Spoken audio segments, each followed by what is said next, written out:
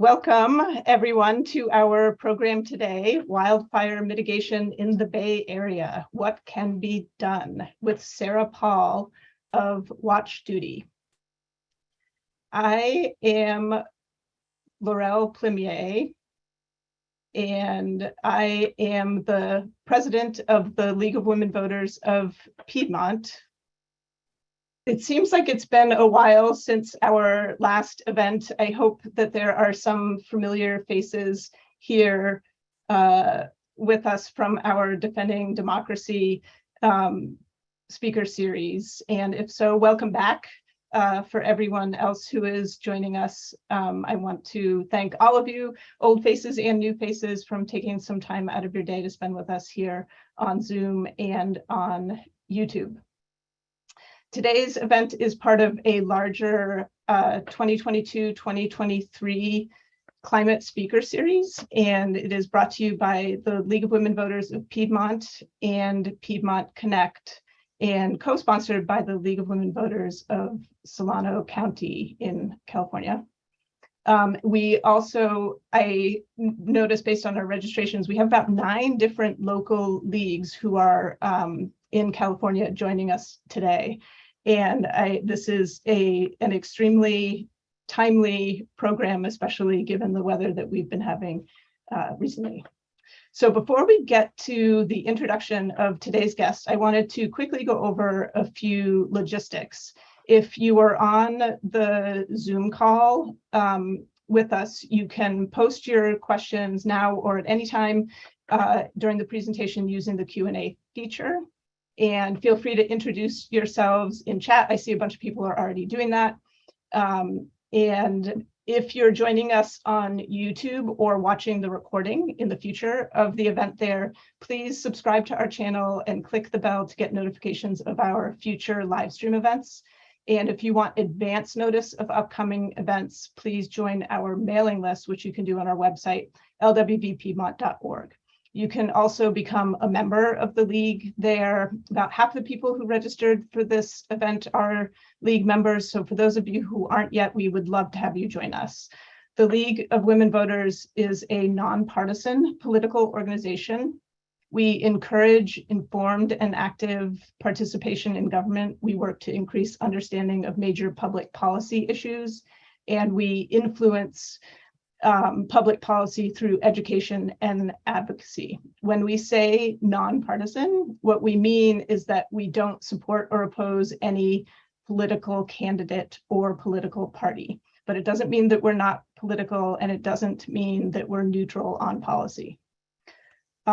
When you join the League, your dues alone help support our grassroots efforts, both locally and at the state and national levels in our mission of empowering voters and defending democracy.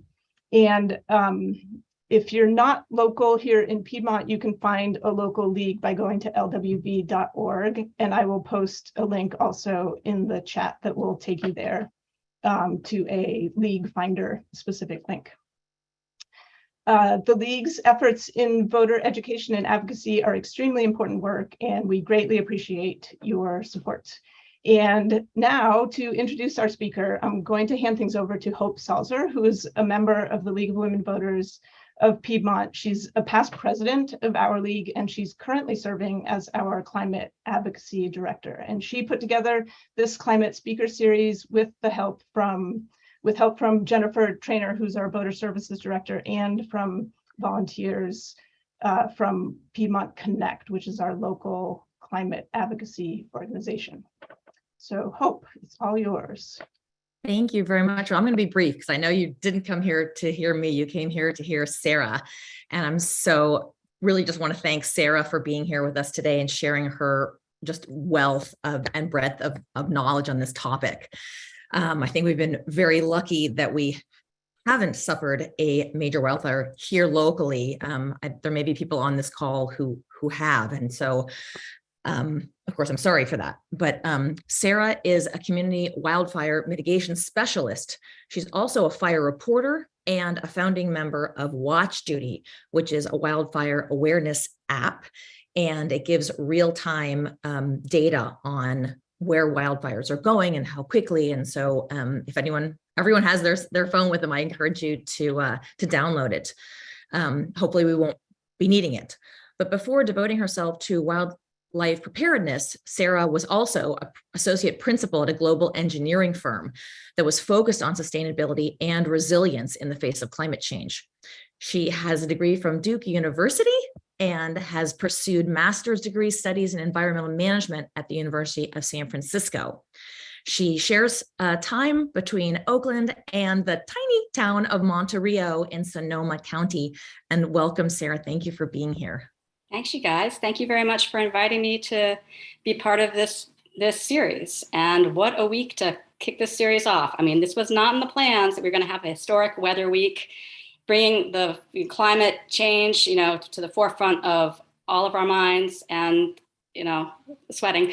But here we are, and glad to be here today. Thank you very much for inviting me. Now I'm going to attempt a screen share. So let's see how this goes.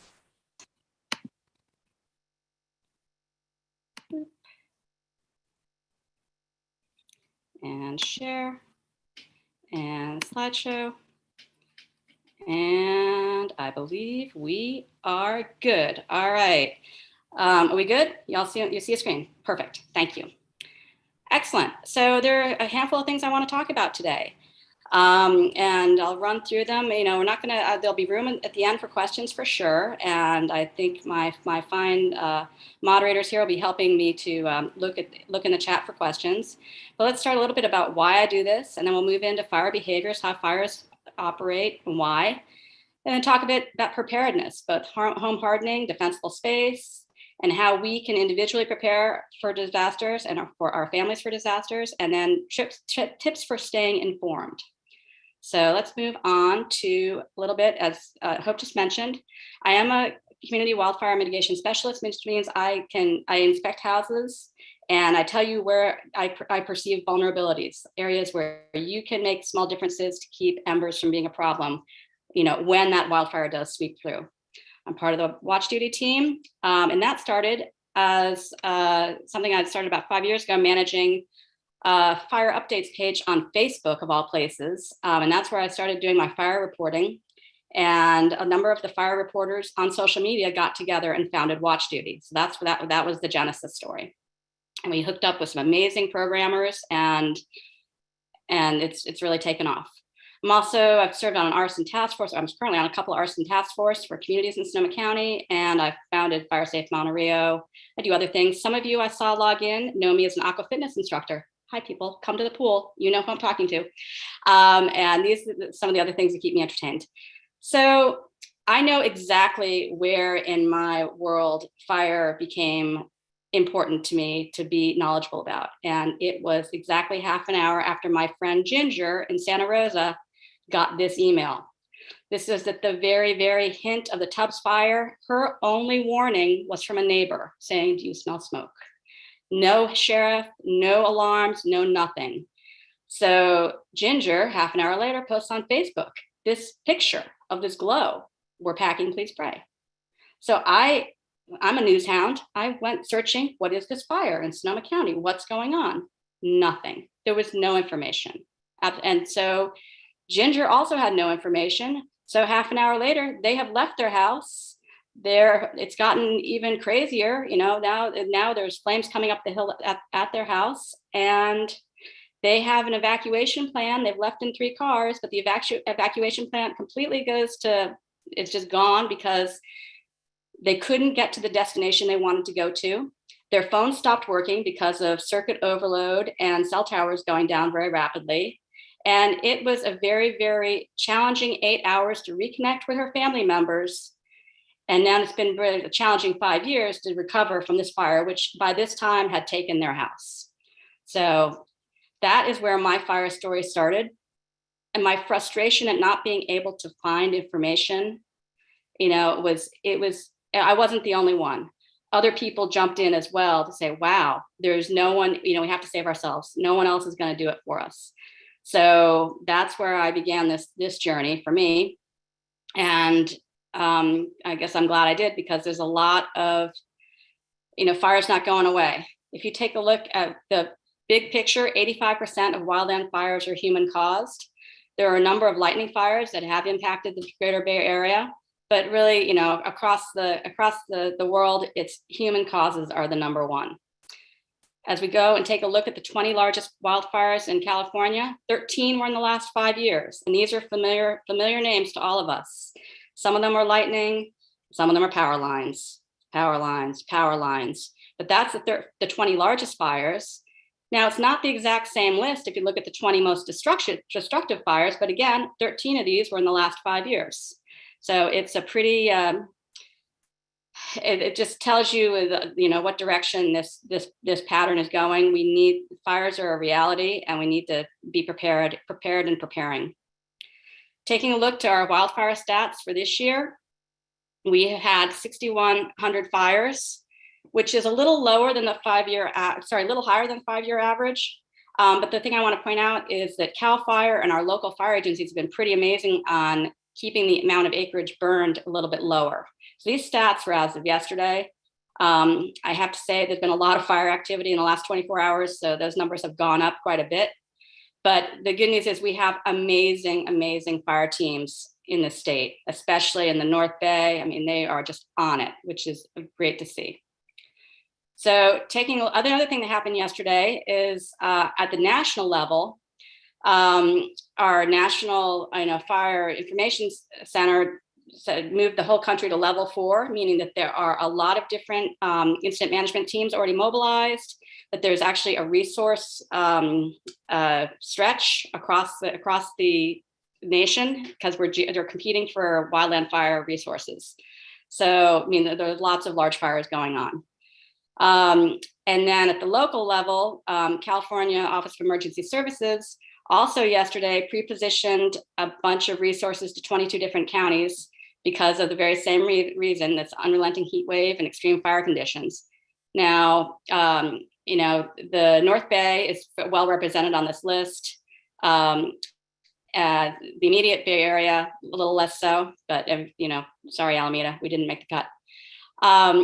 But it's great to know that people are thinking about this and they are putting resources in place. And I see it all the time because I watch the air traffic, and you watch where the different fire fighting air resources are being located. It's fascinating, it really is. So here's a little screenshot from the app Watch Duty. 48 hours ago, Monday afternoon, we were tracking 30 simultaneous fires. And that is exactly, I could push the same thing up right now. It's nonstop. Some of these are much smaller, but we have a lot of very large fires going on right now. So let's jump into, sorry, that slide's out of place. Let's jump into fire behavior. So looking at fire behavior, we have a couple things. There's 3 ingredients. You need oxygen, heat, and fuel.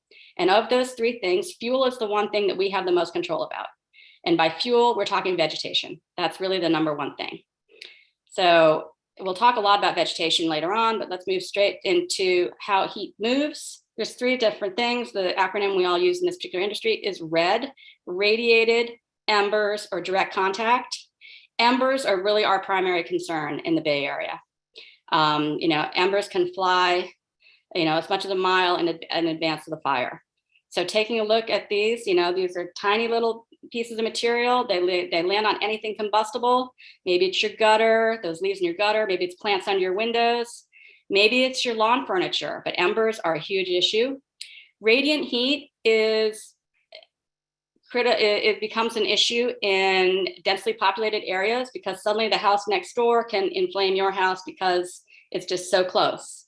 And then, you know, direct flame is also an issue because, let's say it's plants underneath a window, you know, underneath that beautiful picture window will be ignited by embers. And then that will cause the glass to break, allowing fire to enter your home.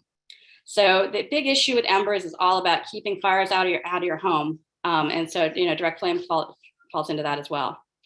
If we move into talk important about slope. So fire goes uphill just as water comes downhill.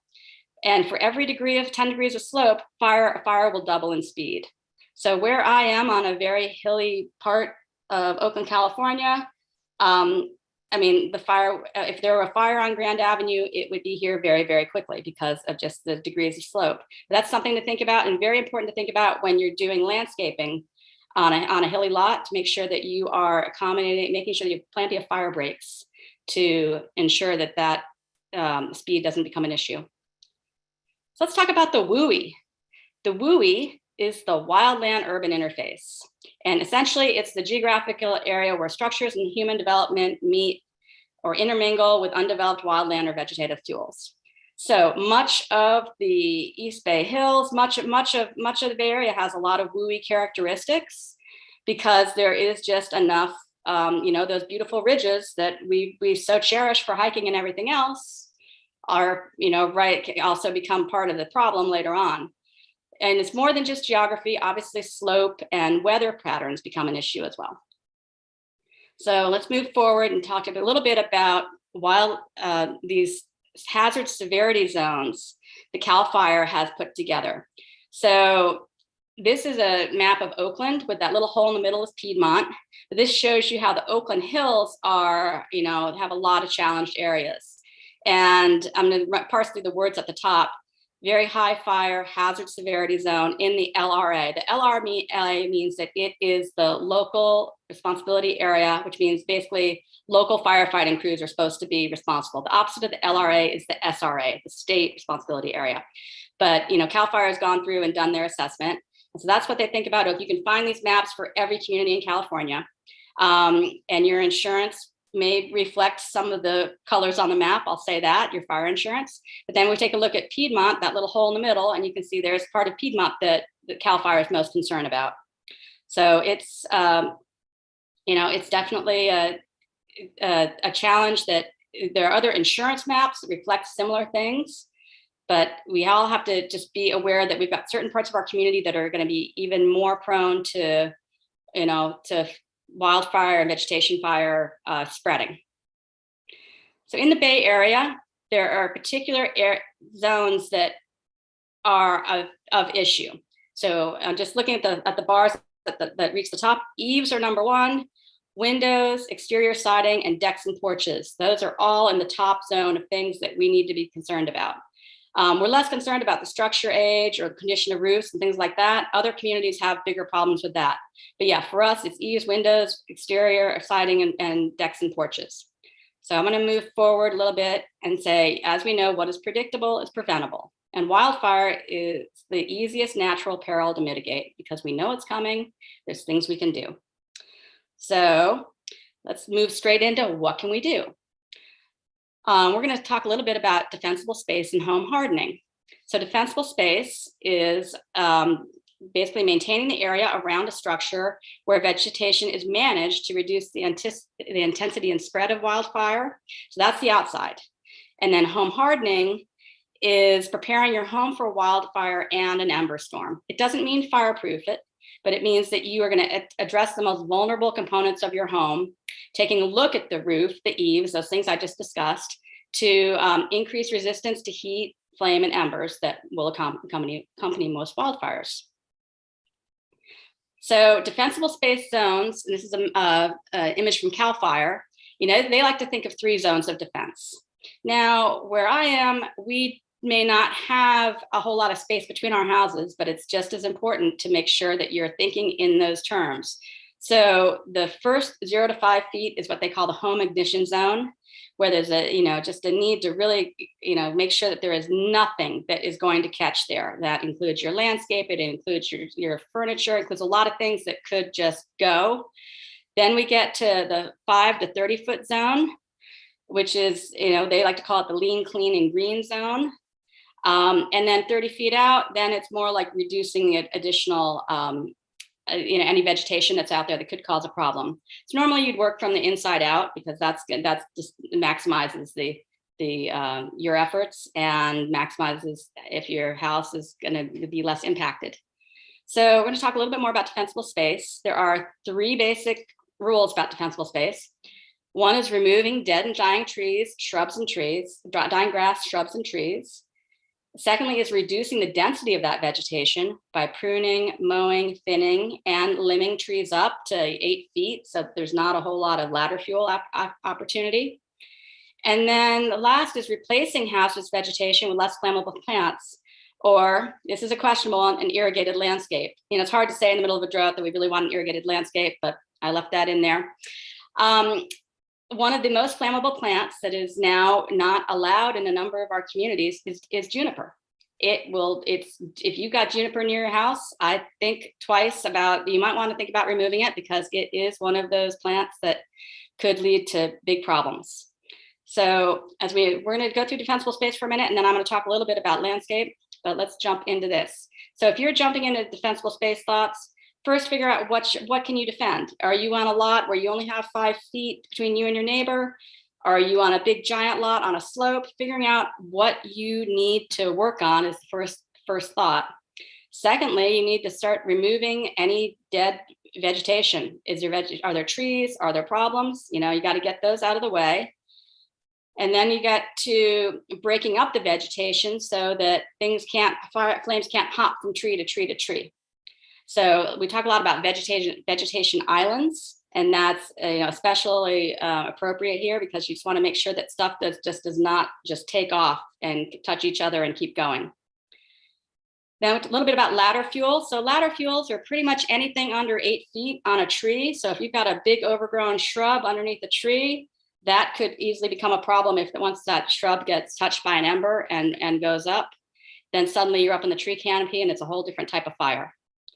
So, and then we get to the grander zones, and also making sure that you don't have anything near your chimney. That's the other bit of it. So as we move on onto landscaping, woody vegetation is an issue. So ivy, juniper, there is some vegetation that's going to have woody stems, and those are the things that you do not want in that 0 to 5 foot zone around your structure. If you can replace that with some sort of stone mulch or drought tolerant short plants, fantastic. Wood mulch is a problem because that's flammable. So stone mulch is definitely, or any sort of hardscape stone work is definitely preferred. There are no official fireproof plants, but there are some drought tolerant plants that are low to the ground and have low sap and resin contents, which will keep them from causing a problem. And then there are other, sort of I'll call fire retardant plants that are worth considering. And then in terms of grouping your plants by your water needs and creating your islands around water needs so that you aren't wasting water, and that you can use mulch or rocks in between those spaces. And then of course, maintaining your mature trees and shrubs is important by pruning at the right time of the year, maintaining those plants, keeping them well spaced. On a flat ground, you want your shrubs to be twice the distance apart as the height they are. And if it's trees, you want your trees to be 10 feet apart. So, they're just some distant stuff that you look around some of our more beautifully landscaped yards, things are a little tighter than a fire-wise landscaping would suggest. But just it's definitely a very important part of this whole equation. And then we're moving into the home side of things. There are certain elements of home hardening that we want to look at in particular. So your roof and the ability for things to collect in your gutters are critical. Eaves, deck, all these are all areas where they're just more prone to challenge. And then vents. I want to talk about vents for a minute, because we have vents all over our house. You've got vents up in your dormers. You've got vents under the house. It's very important to make sure that you've got a very tight mesh on those vents. Let's say 1/8 of an inch is ideal. And you want to make sure that everything about that vent is made out of metal. There's no plastic on it that might melt down, because it's all about keeping embers from getting into your house. And if the ember hits something and then melts it, it doesn't do you any good. So, that's the big challenge. Making sure there aren't dry leaves just, caught in a corner. Because when winds come associated with a fire, they operate in all different ways. You end up with little mini tornadoes that are just swirling about, and it's not quite so predictable as the winds we're normally used to. And you just don't know where those embers might end up. The other thing I want to mention is lawn furniture. And I know there's plenty of combustible furniture that we bring into our lives that we need to be concerned about. Just making sure that you don't have things that are going to catch. So if I were, my top 10 list would be, make sure you have an ignition resistant roof, that you study your eaves and attic vents to make sure that they are ember resistant. So that's less than 1/8 of an inch.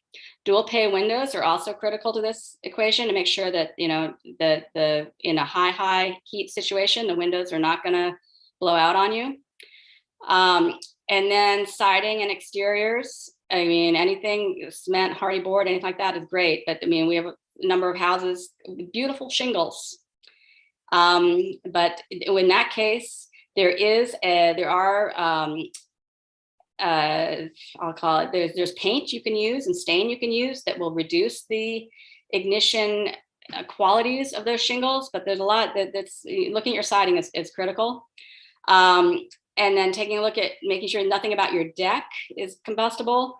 And then wooden fences are a big issue, because if you have a fence that's right up to your house and that fence catches on fire, suddenly your house is on fire. So making sure that you've got a metal barrier in between the house and the fence, it doesn't have to be wide, but just enough to stop the fire from hitting up against your house. Those are kind of the top 7 things that, I would recommend around home hardening. So I'm going to move on here a little bit and say one great resource on all this is through CAL FIRE. They've got a webpage called readyforwildfire.org. It's phenomenal. I mean, it's all the questions you could possibly have are answered there. And, you can reach out to a wildfire mitigation specialist, but, there's a great resource right there for you. Now I'm going to move forward and talk a little bit about how to prepare for disaster. So being prepared, making sure you have your evacuation plan is so critical. And think back to, Ginger's experience when on the night of the Tubbs fire, they had a plan. It all went to hell. So you have to assume that you're not going to have power, you're not going to have phones, and the roads are going to be clogged. Figure out where you're going to meet, who's going to handle the pets, how is that all going to work? Knowing that you may not have very much time to plan this when you get the word that there's a fire coming. Got to figure out your escape routes and make plans that have options that everyone understands. And then also knowing what your evacuation zones are. So there's an entity called Zone Haven that is they have contracts with most of the counties in California, not all, but most, to set up evacuation zones based on density and escape routes. So I'll show you in a minute what the local ones are for most of the people on this call. Also, please know your neighbors, because you may have neighbors that aren't. You might be the most tech savvy person in your neighborhood. You don't know. Making sure that they know what you know is so important. And then setting up emergency alerts, which we're going to spend a minute on in a minute. So let's go into what do the zones in Piedmont and near surrounding Oakland look like. Piedmont has 9 zones. And if we were on the live Zone Haven map, you could click on the zone where your house is and enroll in alerts for that particular zone. And if you aren't in Alameda County, your local Office of Emergency Services has, their own version of evacuation zones, and I'll send you the link at the end of this as to how you can sign up and figure out what your zone is and if you can enroll for it. But it's really important just to know, and this is the type of thing when I'm out, representing watch duty around the North Bay or wherever, I want to make sure people know what zone they're in, because you don't want to have to figure this out when there's a fire coming and you're hearing, oh, zone E003 needs to evacuate, and you don't know where it is. It's the type of thing you want to know what your zone is. You want it in your phone. You want it on inside your wallet, posted on your fridge. Just knowing that information is going to save you minutes when minutes become really, really important. So the other thing that's fairly important is what's going to go in your go bag. You may have a very limited amount of time to gather material. So you think about the 6 Ps, the people and pets and what they need, and then your papers, your phone numbers, and other important documents.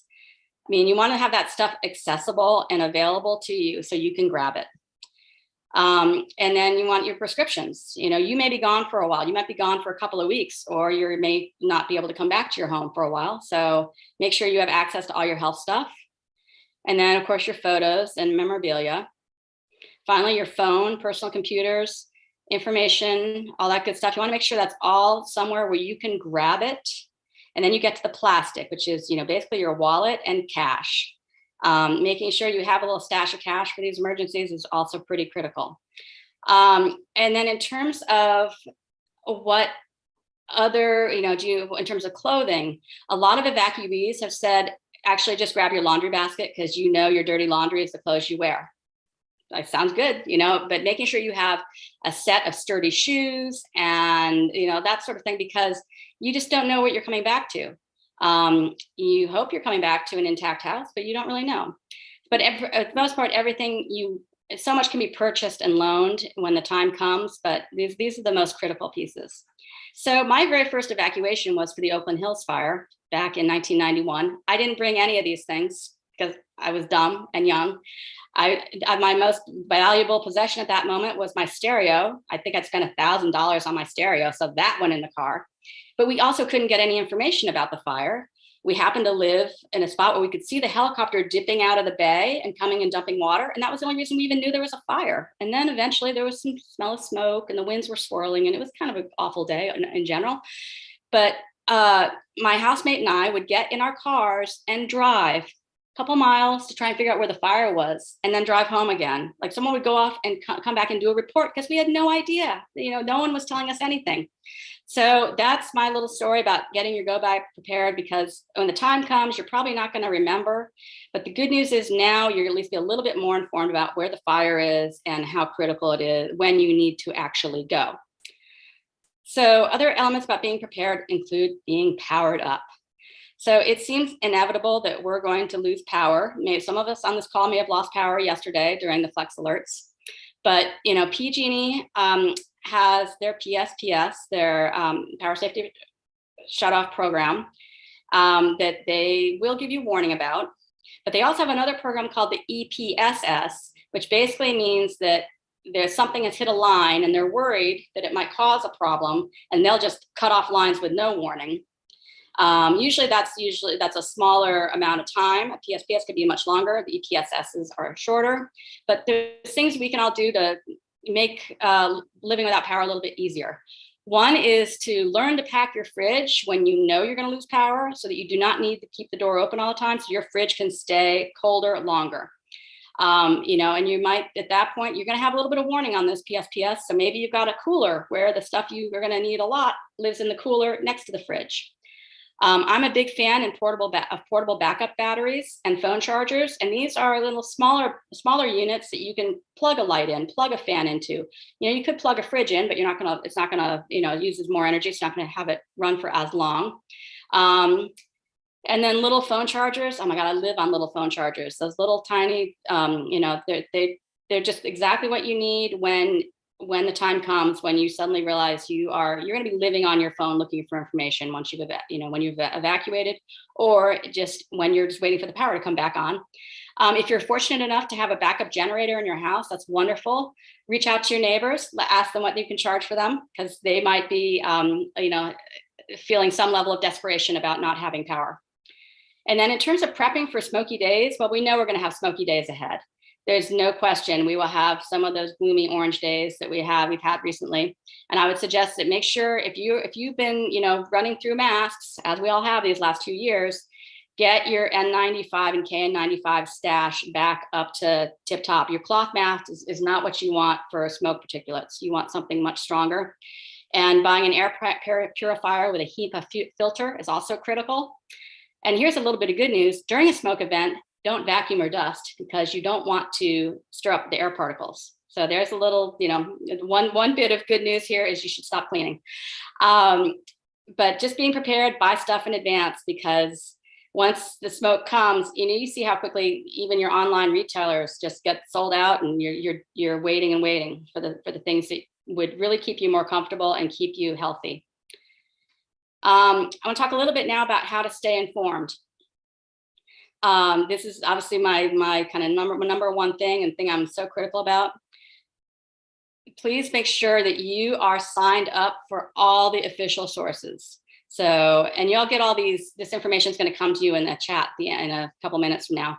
But for NIXLE, that's usually operated by your county sheriff. You can text any zip code to that. So if you can text your zip code, you can text your kid's zip code, you can text your grandmother's zip code.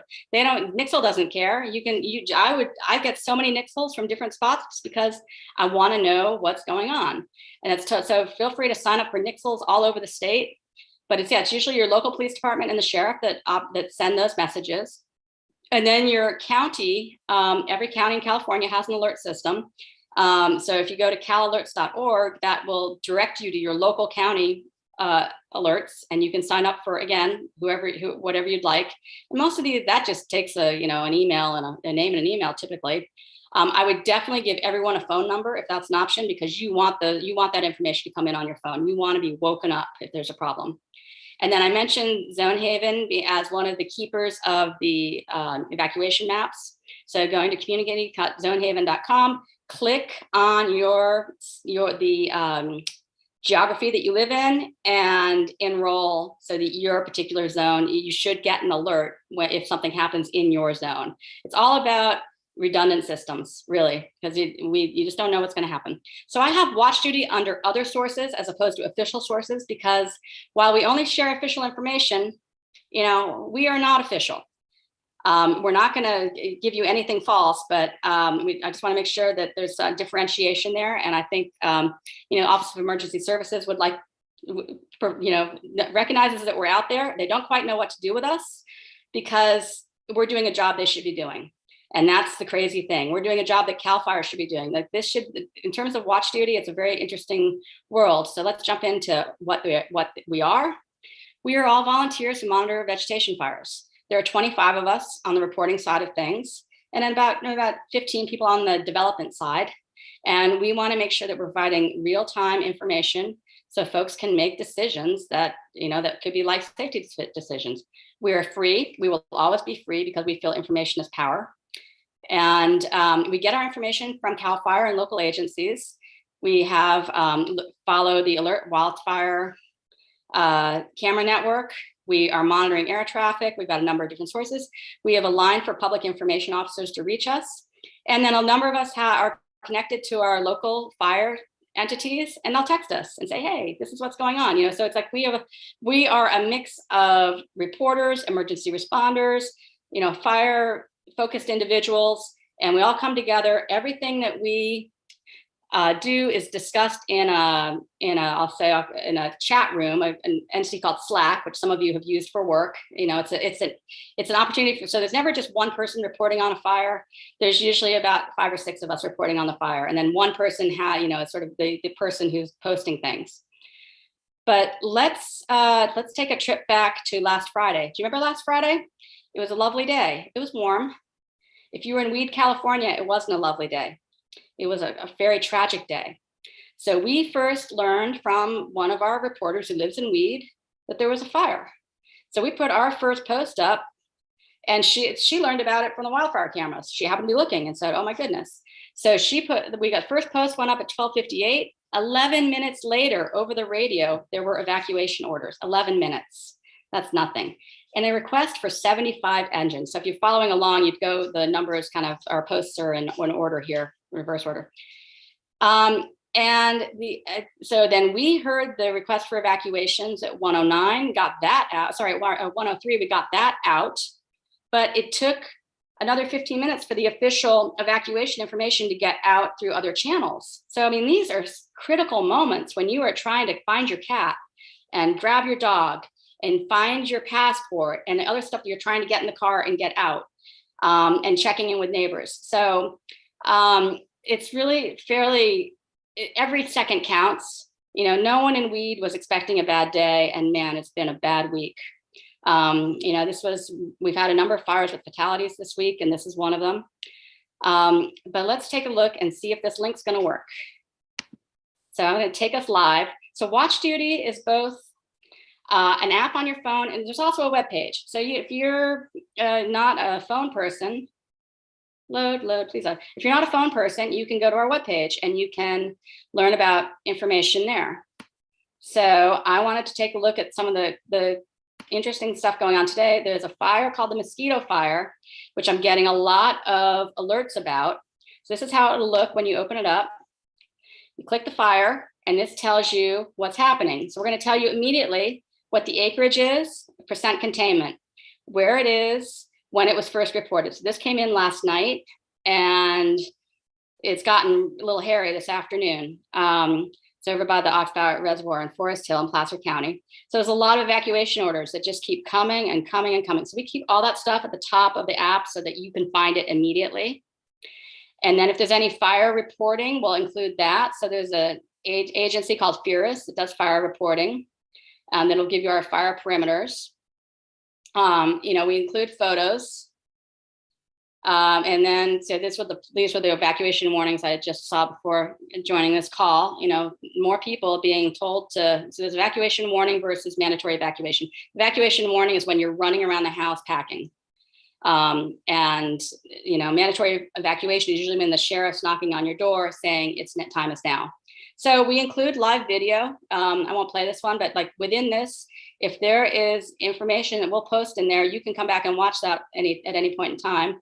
We'll tell you about the animal shelters and things like that. But anyways, that's just a quick summary. So there's been this is a very active fire right now. So there's a lot of posts going on, but that is what you get with the app. And I certainly encourage anyone that hasn't downloaded it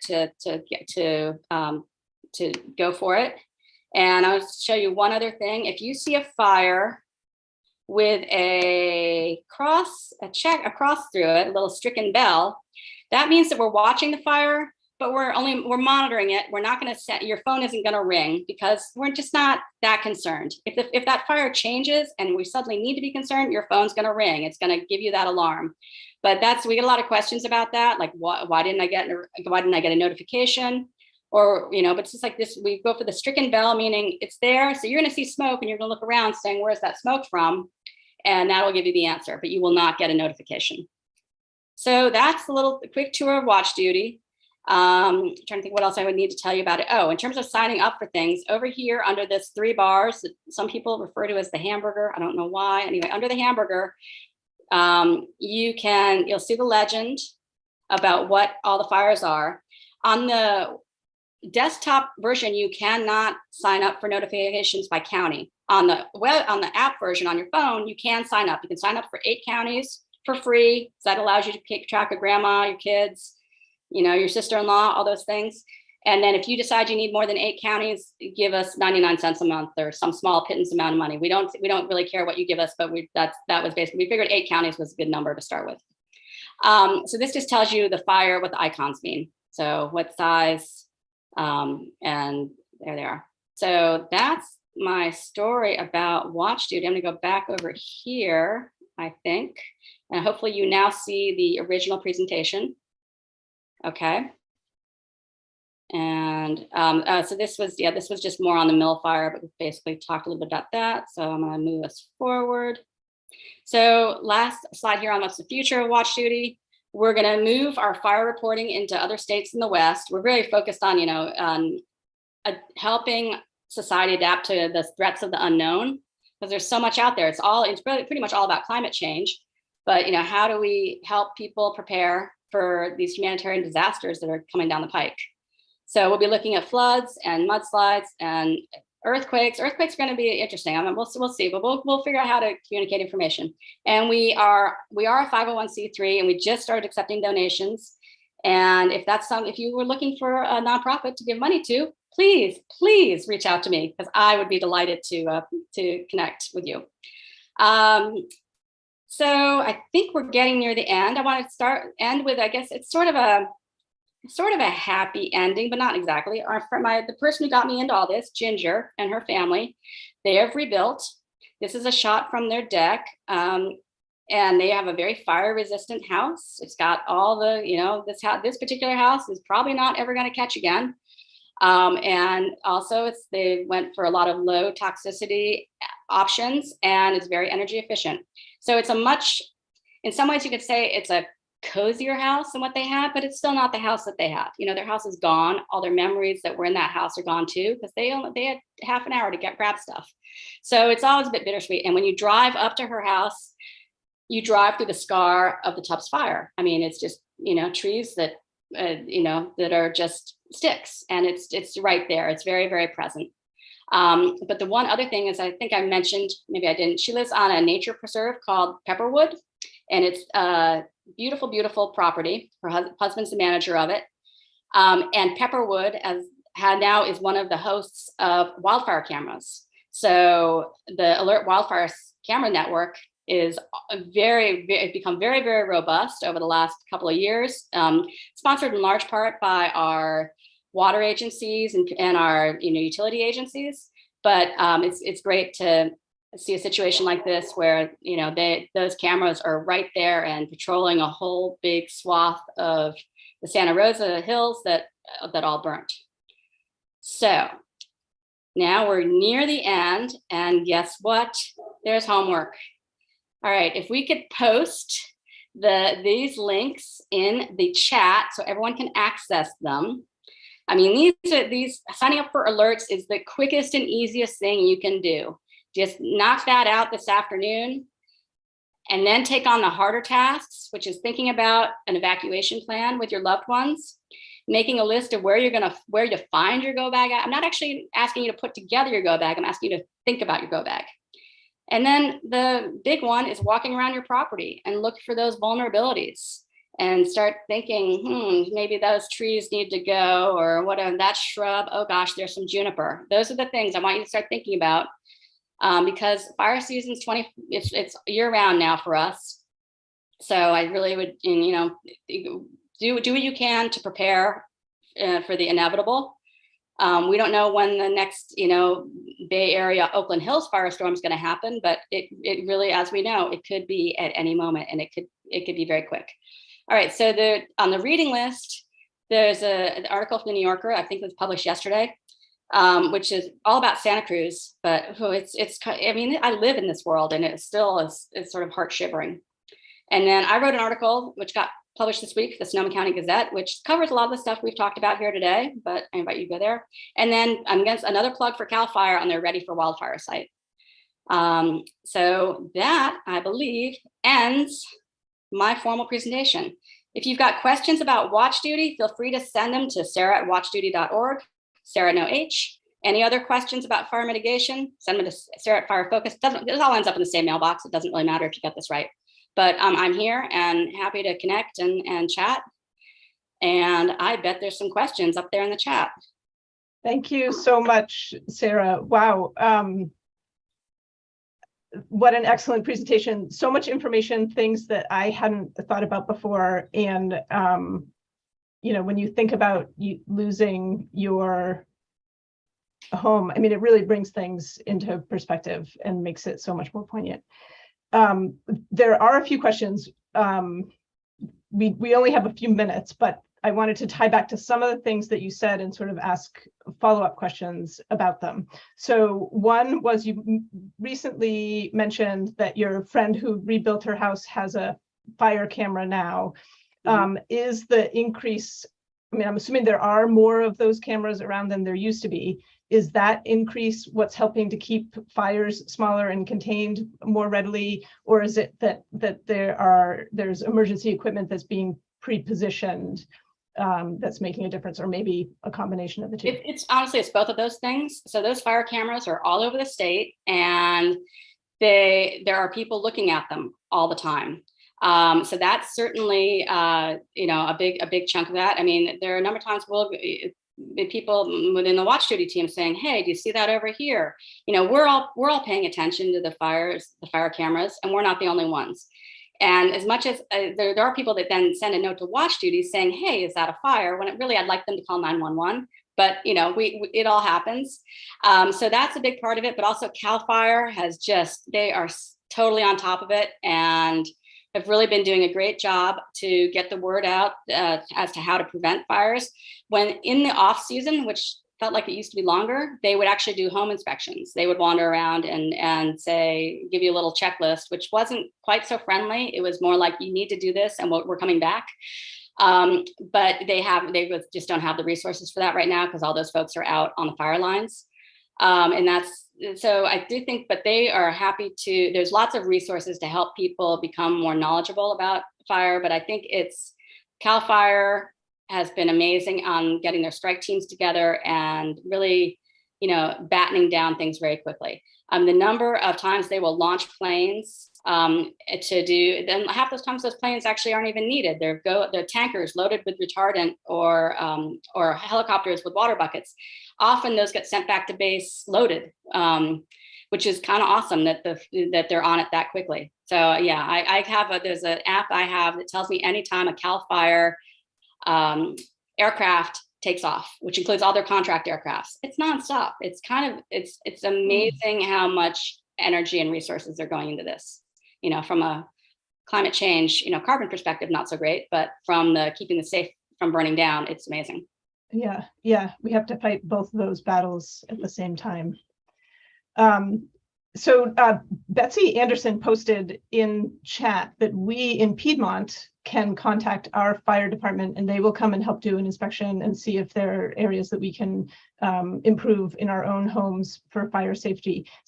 Is there like is it CAL FIRE that other people should reach out to, or should other local communities contact their local fire department? Contact your local. If they have the resources, they will try and help, but not all of them have the resources. Piedmont's very fortunate in that you've got very willing public servants happy to be out to protect. But yeah, at other times there are some fire safe organizations that will help, and that's some of what my involvement in Sonoma County.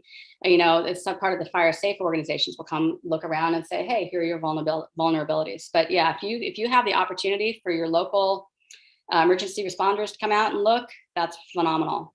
And the one thing I didn't mention here is that if you're in a situation where there's a conflagration and your house looks more difficult to save than your neighbors, they may skip over your house and go just to your neighbors. I mean, I've talked to a number of different fire chiefs and battalion chiefs that have said that in so many words, like, well, we're not going to waste our time on someone that didn't make the effort to clear their vegetation.